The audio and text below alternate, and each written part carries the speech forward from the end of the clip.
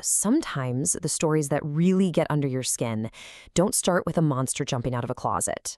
They start with this subtle feeling that something is just deeply, fundamentally wrong with everything. So let's peel back the layers on that feeling. Let's look at the anatomy of dread. Right out of the gate, we meet a voice that calls itself the assassin. And what's the first thing it tells us? That identity isn't solid. It's a chameleon, and its main form, at least right now, is just fear. This is our first clue that things are about to come apart at the seams. So this first layer of dread, it isn't some huge cosmic horror. No, it's something much closer to home. It's that simple, maddening feeling of being completely and totally lost.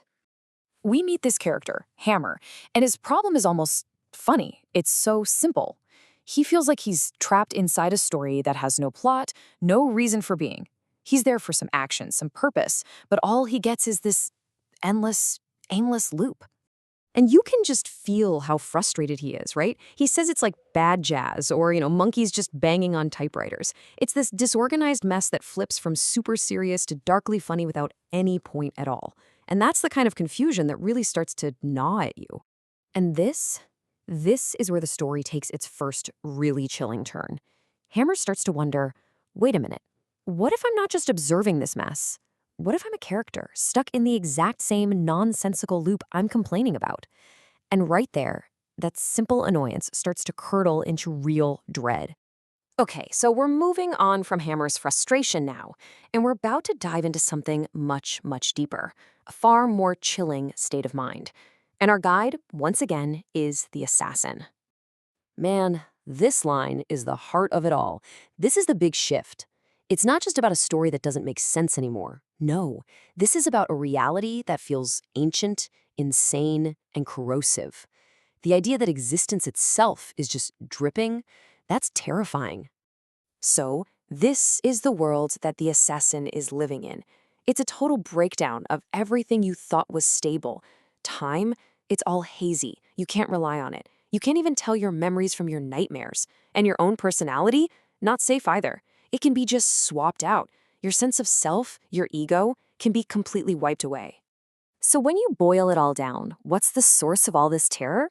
It's not some creature hiding in the shadows. The assassin says it's a fear of Chronos. It's a fear of time itself being broken, of living in a present that you can't ever truly know, with a past that's always shifting under your feet.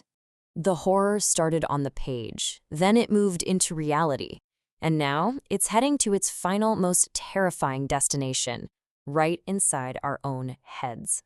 Okay, so to really get what's coming next, we have to talk about this idea, existential angst.